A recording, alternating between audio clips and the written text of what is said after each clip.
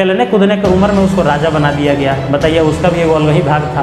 देखे होंगे कि कोई कोई बच्चा ऐसा होता है जो लिखने में तो एकदम माहिर होता है, आप दिन भर में 50 पेज लिखवाइए एकदम छाप के रख देगा, लेकिन याद करने में पढ़ने में बहुत कमज़ोर होता है। बहुत ऐसे बच्चे आपको मिल जाएंगे जो याद करने में एक्सपर्ट होता है, लेकिन उसी को कह दीजिएगा तनी कॉपी पर लिख के दिखा दो तो नानी याद आ जाएगी। तो इसका मतलब कि कुछ लोग एक काम में सफल होते हैं तो दूसरे काम में असफल होते हैं। जैसे बोर्ड के एग्जाम में आप देखे होंगे कि बहुत ऐसे बच्चे आपको मिल जाएंगे जिसका नंबर तो 450 प्लस रहता है, 450 से ऊपर रहता है, लेकिन अगर उसका इंटरव्यू लिया जाए तो पता चला कि इसको तो पास होना भी मुश्किल था। तो पास होने का जिसका उम्मीद नहीं था, उसका नंबर अगर 450 प्लस आ जाए तो इस वीडियो में हम लोग समझेंगे अमोघ वर्ष का जीवन परिचय। अमोघ वर्ष आपके दीनदयाल उपाध्याय यूनिवर्सिटी के BA 3rd year 5th semester के प्राचीन इतिहास के पेपर फर्स्ट का एक बहुत ही महत्वपूर्ण टॉपिक है और इस टॉपिक से आपके एग्जाम में हर साल क्वेश्चंस पूछे जाते हैं। तो आज हम लोग इस वीडियो में विस्तार पूर्वक समझेंगे कि अमोघ वर्ष कौन था, वह किस वंश का था, उसका शासनकाल कब से कब तक चला है, वह अपने साम्राज्य के लिए क्या क्या किए हैं, उनकी क्या क्या उपलब्धियां हैं, वे कौन कौन से उपाधियां धारण किए हैं। तो इन सभी जानकारियों को हम लोग एक एक करके विस्तार पूर्वक चार्ट के माध्यम से समझने का प्रयास करेंगे। चार्ट के माध्यम से समझने का फायदा ये होता है कि इससे समय की बचत होती है, जगह की बचत होती है और एक एक करके विस्तार पूर्वक सभी जानकारियां आसानी से आप तक पहुंच जाता है। तो इसीलिए आप देखे होंगे कि हमारा हर एक वीडियो चार्ट पर ही आधारित होता है।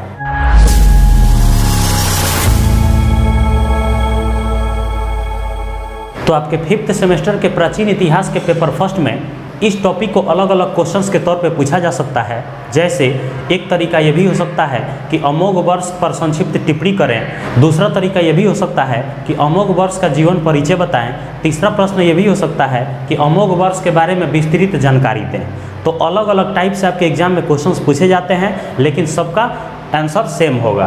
तो आज हम लोग इसी टॉपिक के ऊपर चर्चा करेंगे कि आपके अमोघ वर्ष का जीवन परिचय क्या है, चाहे अमोघ वर्ष पर संक्षिप्त टिप्पणी कैसे करते हैं। तो सबसे पहले आप ऊपर हेडिंग बनाएंगे अमोघ वर्ष का जीवन परिचय और वहां से आप लिखना शुरू करेंगे।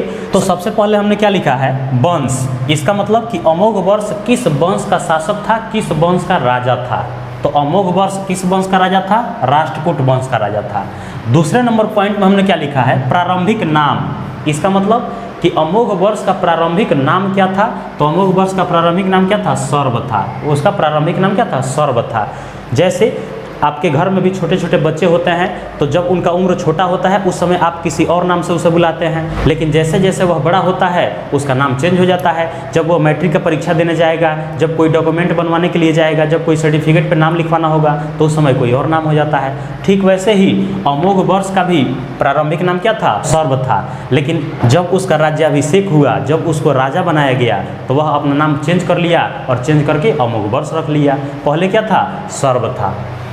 अगला नंबर पॉइंट है राज्याभिषेक की अवधि। इसका मतलब कि वह कितने वर्ष का था तो उसका राज्याभिषेक हुआ, कितने वर्ष की उम्र में राज्याभिषेक करा दिया गया, किसका, अमोघ वर्ष का, 11 वर्ष की आयु में।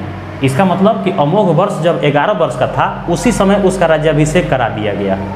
राज्याभिषेक का मतलब होता है कि उसको राजा बना दिया गया, उसको राजा के पद दे दिया गया। कितने उम्र में, 11 वर्ष की उम्र में। अगला नंबर पॉइंट है भय।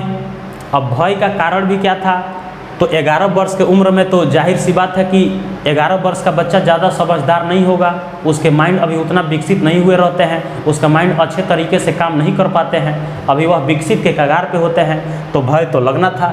तो भय किससे किससे था, विक्रमादित्य से था और मिहिर भोज से था। मिहिर भोज एक प्रतिहार शासक है, तो विक्रमादित्य और मिहिर भोज ये दो राजाओं से वह बहुत डरता था। अब डरने का कारण क्या था, एक तो बाल्यावस्था था उनका, काहे कि 11 वर्ष की आयु में उनको राजा बना दिया गया था। अभी बताइए 11 वर्ष का कोई बच्चा हो तो वह शासन संभाल सकता है, नहीं संभाल सकता है। तो 11 वर्ष की उम्र में उनको राजा बना दिया गया था। जब बालक का उम्र था तो उस समय डर तो लगेगा। अब डर किस बात का लगता था, तो आक्रमण करने का डर लगता था कि कोई दूसरा राजा आकर उस पर हमला करके उनके राज्य को न हड़प ले, उस पर राज्य पर अपना अधिकार न कर ले। तो इसी बात का उसको हमेशा डर रहता था। किससे किससे डर लगता था, विक्रमादित्य से और मिहिर भोज से। मिहिर भोज कौन है, प्रतिहार वंश के एक शासक हैं, राजा हैं। वह किसका उत्तराधिकारी था, तो वह अमोघ वर्ष जो था वह किसका उत्तराधिकारी था, गोविंद तृतीय का उत्तराधिकारी था। गोविंद तृतीय का क्या था, वो उत्तराधिकारी था। यह अपने जीवन में उपलब्धि कौन सा हासिल किया था, तो यह अपने शासन काल में मान्यखेत नाम का जो जगह है जो अभी कर्नाटक में पड़ता है, उसको अपने राज्य की राजधानी बनाया था।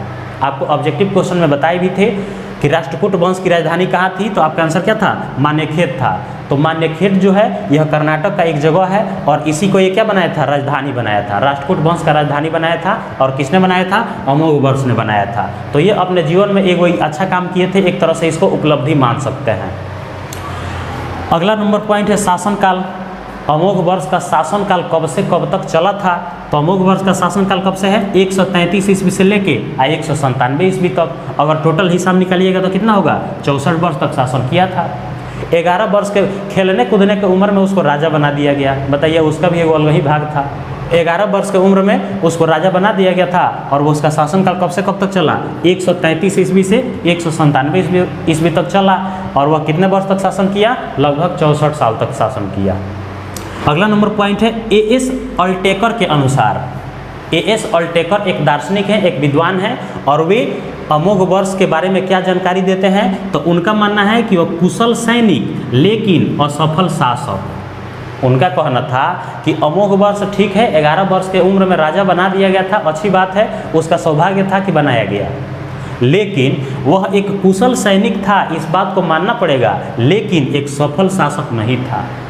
इसका अर्थ ये हुआ कि आप देखे होंगे कि कोई कोई बच्चा ऐसा होता है जो लिखने में तो एकदम माहिर होता है, आप दिन भर में 50 पेज लिखवाइए एकदम छाप के रख देगा, लेकिन याद करने में पढ़ने में बहुत कमज़ोर होता है। बहुत ऐसे बच्चे आपको मिल जाएंगे जो याद करने में एक्सपर्ट होता है, लेकिन उसी को कह दीजिएगा तनी कॉपी पर लिख के दिखा दो तो नानी याद आ जाएगी। तो इसका मतलब कि कुछ लोग एक काम में सफल होते हैं तो दूसरे काम में असफल होते हैं। तो अमोघवर्ष भी उसी में से एक था। वह एक कुशल सैनिक के रूप में तो बहुत ही अच्छा काम कर सकता था, सैनिक के तौर पर वह बहुत ही बढ़िया काम किया और उस लायक था भी वह, लेकिन उसको राजा बना दिया गया तो वह एक असफल राजा रहा। वह अपने जीवन में ज़्यादा कुछ काम नहीं किया, ज़्यादा उपलब्धियां हासिल नहीं किया, बस उपलब्धि एक हासिल किया कि वह मान्यखेत को राष्ट्रकूट वंश का राजधानी बनाया था। ये वो जीवन में अच्छा काम तो नहीं किया था। तो ए.एस. अल्टेकर का कहना है कि वह एक कुशल सैनिक तो था, इसमें कोई भी दो राय नहीं है, लेकिन अगर एक राजा की तुलना किया जाए उससे तो राजा के पद के लिए वह काबिल नहीं था। जैसे बोर्ड के एग्जाम में आप देखे होंगे कि बहुत ऐसे बच्चे आपको मिल जाएंगे जिसका नंबर तो 450 प्लस रहता है, 450 से ऊपर रहता है, लेकिन अगर उसका इंटरव्यू लिया जाए तो पता चला कि इसको तो पास होना भी मुश्किल था। तो पास होने का जिसका उम्मीद नहीं था उसका नंबर अगर 450 प्लस आ जाए तो बहुत ही अजीब बात हो जाएगी। तो ठीक वैसे ही 11 वर्ष की उम्र में उसको राजा बना दिया गया था, लेकिन राजा बना देने का मतलब ये नहीं है कि वह एक कुशल राजा बन गया।